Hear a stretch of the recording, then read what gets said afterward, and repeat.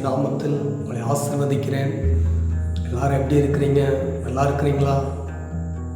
நீங்கள் நல்லா இருப்பீங்க என்று இயேசுவின் நாமத்தில் உங்களை ஆசீர்வதிக்கிறேன். எப்பொழுதும் கர்த்தருக்குள்ள சந்தோஷமாக இருங்க, மனமகிழ்ச்சியாக இருங்க. சோர்ந்து போய் முறுமுறுத்து எரிச்சலோட முகத்தை திருப்பிக்கிட்டு இந்த மாதிரிலாம் இருக்காதீங்க. மனமகிழ்ச்சியாக இருங்க. எல்லாமே நன்மைக்கு ஏதுவாக தான் நடக்குது. ஒரு நாளும் ஒன்றும் தீமைக்கு ஏதுவாக நடக்கலை. அதனால் நம்ம சோர்ந்து போக வேண்டிய அவசியம் இல்லை. கர்த்தருக்குள்ள தைரியமாக திடனாக இருங்க. நம்ம ஒரு நாள் ஆண்டவர் நம்மளை வெட்கப்பட்டு போக விட மாட்டார். கர்த்தரை நம்பின ஜனங்கள் பாக்கியம் முழுதும் தான் இருக்குது. அதனால் நம்ம ஆண்டவரை நம்பி இருக்கிறோம். ஒரு நாள் நம்ம சோர்ந்து போக மாட்டோம். கவலைப்படாதீங்க, சரிங்களா? சரி, ஆண்டவர் இந்த நாளுக்கென்று நமக்கு கொடுத்த வேத வாக்கியத்தை எடுத்து பார்ப்போமா? ஆதியாகமம் 41:51. யோசேப்பு, என் வருத்தம் யாவும் என் தகப்பனுடைய குடும்பம் அனைத்தும் நான் மறக்கும்படி தேவன் பண்ணினார் என்று சொல்லி மூத்தவனுக்கு மனாசே என்று பெயரிட்டான். இதில் நம்ம முக்கியமாக எடுத்துக்கொள்ள போக பகுதி, என் வருத்தம் யாவையும் மறக்கும்படி தேவன் பண்ணினார். என் வருத்தம் யாவும் மறக்கும்படினா எப்படி? யோசேப்பு ரொம்ப செல்ல பிள்ளையாக இருந்தான் யாக்கோபுக்கு. யாக்கோபு மடியில் ரொம்ப பாசமாக எந்த காரியம் எடுத்தாலும் யோசேப்புக்கு தான் முதல்ல கொடுத்துட்டே இருந்தான். அதில் ரொம்ப செல்லம், ரொம்ப பாசமாக, ரொம்ப வீட்டில் செல்ல பிள்ளையாக வளர்ந்த பிள்ளை. ஆனால் அவன் வாழ்க்கையில் அந்த சகோதரர்களால் பொறாமைப்பட்டு அவனுடைய தரிசனம், அவனுக்கு உண்டான நன்மையை பறிக்கிறதுக்காக ஏமாற்றி வஞ்சித்து அவனுடைய காரியங்களை பிடுங்கி எடுத்தாங்க.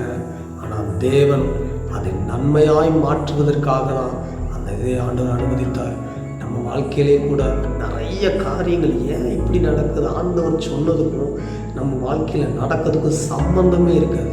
ஆண்டவர் இது மாறினா கூட சம்பந்தமே இல்லாமல் தான் இருக்குது நம்ம நினச்சிட்டே இருப்போம். ஆனால் ஆண்டவர் சொல்லுறார், இதுக்கு ஒரு முடிவு உண்டு, அந்த முடிவு நன்மையாக இருக்கும். நீ அதனால் ஒரு நாள் சோர்ந்து போகாத, ஒரு நாள் வேதனைப்பட்டு இருக்காத. எல்லாவற்றையும் மறக்கும்படி நான் உன்னை உயர்த்தி நிறுத்துவேன், உன்னை மேன்மைப்படுத்தி நிறுத்துவேன். நீ இருந்த ஸ்தானத்தை விட, உன் தகப்பன் வீட்டில் நீ இருந்து எவ்வளோ சந்தோஷமாக மகிழ்ச்சியாக இருந்தியோ அதை விட உன் அதிகாரத்துக்கு கட்டுப்படுற அளவுக்கு உன்னை மேன்மேலும் நிறுத்தி சிங்காசனத்தில் உயர்த்தி உன் வாயின் வார்த்தைக்கு ராஜாக்களும் மேன்மக்களும் கட்டுப்படுகிற அளவுக்கு நான் உன்னை உயர்த்துவேன். எல்லா ஜனமும் உனக்கு முன்பு தண்டலிட்டு பணிகிற அளவுக்கு உன் வாழ்க்கையை நான் உயர்த்துவேன் ஆண்டவர் சொல்கிறார். ஒரு சமயம் வேதநாயக சாஸ்திரியார்னு ஒரு தேவ மனுஷன் இருந்தார். அவர் ஆண்டவரை மாத்திரம்தான் புகழ்ந்து பாடுவார். அவர் வாழ்ந்த காலங்களில் ராஜாக்கள் இருந்தாங்க. ஆனால் அவர் ஆண்டவரை மாத்திரம்தான் புகழ்ந்து பாடுவேன்னு சொல்லி வைராக்கியமாக இருந்த ஒரு தேவ மனுஷன். ஆனால் அவருடைய வீட்டில் நிறைய பிள்ளைங்க இருந்தாங்க. அது ஆண்டவர் ஒரு ஆசீர்வாதமாக கொடுத்துருந்தார். அந்த பிள்ளைங்க இருந்ததுனால அவர் எல்லாருக்கும் சாப்பாடு போடுறதுக்கு வழி இல்லை. ஏதாவது பாட்டு பாடி ஆண்டவரை குறித்து பாட்டு பாடி சின்ன சின்ன காசை கொண்டு வந்தோம் அந்த பிள்ளைங்களுக்கு ஆகாரம் கொடுப்பாங்க. அன்றைக்கி காசும் இல்லை, வீட்டில் ஒரு பைசா இல்லை, வீட்டில் ஒன்றுமே இல்லை. வீட்டம்மா கூப்பிட்டு சொல்லிச்சான், ஏயா இப்படி இருக்க? இந்த ராஜாவை புகழ்ந்து பாடினா கூட உன் வாழ்க்கைக்கு உனக்கு ஏதாவது ஒரு நன்மை செஞ்சு என் பிள்ளைங்க பட்னியாவர்களாக தான் இருக்கும். நான் என்ன வாழறதுக்கு கோடீஸ்வரன வாழ்க்கையாக வாழ ஆசைப்படுறேன், ஒருவேளை சாப்பாட்டுக்கு தான் நான் ஆசைப்படுறேன், இது கூட உங்களால் செய்ய முடியாதான்னு சொல்லி ரொம்ப தாறுமாறாக ஏசிட்டாங்களாம். ஆனால் அவர் ரொம்ப மனம் உடைஞ்சு போய் கதவை பூட்டிட்டு ஒரு பாட்டு பாடினாராம். தேவா இரக்கம் இல்லையோ, இயேசு தேவா இரக்கம் இல்லையோன்னு சொல்லி கண்ணீரோடு அந்த பாட்டை பாடி அந்த நேரம் அந்த பாட்டை அவர் எழுதினாராம். அவ்வளோத்துக்கு முழங்கால் போட்டு கண்ணீர் வடிச்சாராம். ஏன்? ஆனால் நான் நீதியாக வாழ்கிறேன், பரிசுத்தமாக வாழ்கிறேன், உமக்காக வாழ்கிறேன் ஆண்டவர், உண்மையில் உள்ளவைகளுக்காக வாழலை, உமக்காக உங்கள் மேலே ஒரு பிரியத்தினால நான் வாழ்கிறேன். ஆனால் என் பிள்ளைங்க, என் குடும்பம் இன்னைக்கு நான் ஒன்றுமே இல்லாமல் போய் இருக்குது, ஒரு சாப்பிடுறது கூட வழி இல்லாத நிலைமையில் இருக்கிறதேன்னு சொல்லி கண்ணீர் வடிக்கும் பொழுது கொஞ்ச நேரத்தில் கதவை தட்டினாங்களாம். கதவை தட்டும் பொழுது யாருன்னு போய் பார்த்தாங்களாம், ராஜாவோட சிப்பாய்கள் அவங்களாம் கதவை தட்டினாங்களாம். வேதநாயக சாஸ்திரியாக இருக்காங்களான்னு கேட்டாங்களாம். எதுக்குன்னு கேட்டாங்களாம். வர சொல்லுங்கன்னு சொன்னாங்களாம். கூப்பிட்டாங்களாம். அண்டாவாக சாப்பாடு இறங்குச்சான். என்னன்னு கேட்டாங்களா, இல்லை பக்கத்து மன்னர் வந்து நம்ம ராஜாவுக்கு பார்க்க வரதா இருந்துச்சு, நிறைய சாப்பாடு அதுக்காக செஞ்சிட்டோம், ஆனால் கடைசி நேரத்தில் அவர் வர முடியலன்னு சொல்லிட்டாங்க, இந்த சாப்பாடெல்லாம் வேஸ்ட்டாக போயிருமேன்னு சொல்லி ராஜா கேட்கும்போது தான் சொன்னாங்க, வேதநாயக சாஸ்திரியார் வீட்டில் நிறைய பிள்ளைங்க நிறைய பேர் இருக்கிறாங்க, அவங்களுக்கு இதை அனுப்பி வைங்க, இது அவங்களுக்கு பிரயோஜனமாக இருக்கும்னு சொன்னாங்களாம். அதே போல தான் உன்னுடைய வேதனை அளவுக்கு அதிகமாய் பெருகும் பொழுது, நீ கடல் அளவுக்கு கண்ணீர் வடிக்கும் பொழுது ஆண்டவர் அதை பார்த்து கொண்டு சும்மா இருக்க மாட்டாங்க. உங்கள் வேதனை மறக்கும்படி கர்த்தர் ஒரு அற்புதத்தை செய்து உங்கள் வாழ்க்கையை மாற்றி மகிழ பண்ணுவார். நீங்கள் அதுக்கு என்ன செய்யணும்? தெய்வத்தை நம்பி இருக்கணும். என் நம்பிக்கை கண்மலை என் கர்த்தர் என்று நீங்கள் தைரியமாக இருங்க. ஒரு காலம் சோர்ந்து போகாதீங்க, ஒரு காலம் மனம் முடிந்து போகாதீங்க.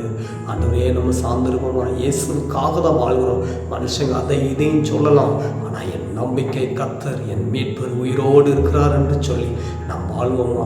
ஒரு நாள் நம்ம இன்னைக்கு நம்ம சூழ்நிலை தலைகீழ இருக்கலாம், ஆனால் ஒரு காலம் வரும்பொழுது நம்ம இருந்ததுக்கும் நம்ம இல்லாத நம்ம எப்படி உயர்ந்திருக்குமோ அதற்கு சம்பந்தம் இல்லாதபடி தேவன் உயர்த்தி நம்மளை நிறுத்துவார். அதைத்தான் யோசேப்பு சொல்கிறான், என் வருத்தம் யாவும் என் தகப்பன் குடும்பம் அனைத்தையும் நான் மறக்கும்படி தேவன் எனக்கு செய்தார்னு சொன்னது போல தேவன் மாத்திரம்தான் இதை செய்ய முடியும். தேவன் கட்டாயம் உங்களுக்கு செய்வாங்க. நாம் ஜெபிப்போமா? நம்ம வாழ்க்கை மாறுவதற்காக ஜெபிப்போமா? என் அன்பு தகப்பன், கோடி ஸ்தோத்திரங்களை ஏறெடுக்கிறேன். நான் இந்த காணொலி வழியாக எத்தனையோ பிள்ளைங்க வேதனையோடு துக்கத்தோடு வேதனையோடு பார்க்குறாங்க. சப்பா, அந்த பிள்ளைங்களுடைய வாழ்க்கை மாறாதா என்ற அந்த ஏக்கத்தை கண்ணோக்கி பாரும் என்று சொல்லி ஜெபிக்கிறேன். இன்றோடு எல்லாவற்றும் முடிவு வரட்டும், இன்றைய தினமே இரட்சணியாளாய் மாறட்டும் என்று சொல்லி ஜெபிக்கிறேன். பிள்ளைகளை ஆசீர்வதிங்க, உயர்த்துங்க, கனப்படுத்தி மேன்மைப்படுத்தி நிறுத்துங்க சப்பா. உன் போர் முடிந்தது என்று சொன்னீங்களே சப்பா. நப்தலி கர்த்தருடைய தயவினால் திருப்தி அடைந்தாலும் இருக்கு சப்பா. அதே போல் அந்த பிள்ளைங்கள் திருப்தி உள்ள வாழ்க்கை வாழ்ந்து கனம் பெற்ற வாழ்க்கை வாழ உதவிச்சிங்க. இயேசு என்னும் அதிகாரம் உள்ள நாமத்தில் இந்த பிள்ளைகளை ஆசீர்வதிக்கிறேன். பலப்படுத்துங்க, சகாயம் பண்ணுங்க, ஆசீர்வதிங்க, பலப்படுத்துங்க. இயேசு கிறிஸ்துவின் நாமத்தில் ஜெபிக்கிறேன் நல்ல பிதாவே, ஆமென், ஆமென்.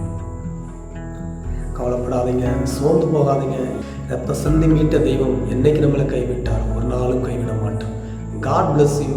Have a nice day.